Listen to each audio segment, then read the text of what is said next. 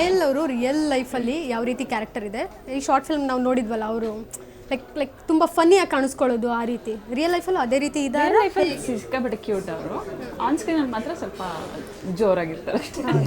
Real ಲೈಫಲ್ಲಿ ನೀವು ಆ ಥರ ಇಲ್ಲ.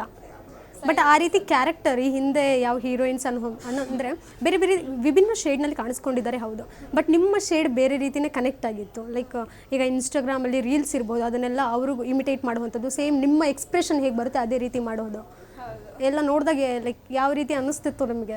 ಖುಷಿ ಆಗ್ತಿತ್ತು. ಅಂದರೆ ಸೆಲೆಬ್ರಿಟೀಸ್ದನ್ನ ಮಿಮಿಕ್ ಮಾಡೋರು ತುಂಬ ಜನ ಇರ್ತಿತ್ತು. ಈ ಡಬ್ ಸ್ಮ್ಯಾಶ್ ಆಗಲಿ, ಟಿಕ್ಟಾಕ್ ಅಂತೆಲ್ಲ ಬರ್ತಿತ್ತಲ್ಲ, ದೊಡ್ಡ ದೊಡ್ಡ ಸೆಲೆಬ್ರಿಟೀಸ್ನ ಡೈಲಾಗ್ ಡೆಲಿವರಿ ಮಾಡೋದಾಗಲಿ ಎಲ್ಲ ಮಾಡ್ತಿದ್ರು, ಡಬ್ ಸ್ಮ್ಯಾಶ್ ಅಂತ. ಇವಾಗ ನಮ್ಮ ಡೈಲಾಗ್ನೇ ಇನ್ನೊಬ್ರು ಮಾಡ್ತಿದ್ದಾದಂಗೆ ತುಂಬ ಖುಷಿ ಆಗುತ್ತೆ, ಪ್ರೌಡ್ ಫೀಲ್ ಆಗುತ್ತೆ. ನನಗೂ ಸೇಮ್ ಪ್ರೌಡ್ ಫೀಲ್ ಆಗುತ್ತೆ. Same to you. ಎಲ್ಲ ಕಾಪಿ ಪೇಸ್ಟಾ? ಕಾಪಿ ರೈಟ್ಸ್ ಬರಲ್ವಲ್ಲ? ಅಲ್ಲ, ಫ್ರಾಡನ್ನು ನಾವು ಕಾಪಿ ಮಾಡ್ಬೋದು, ಪ್ರೌಡ್ನ ಕಾಪಿ ಮಾಡ್ಬೋದಲ್ಲ ಮೇಡಮ್?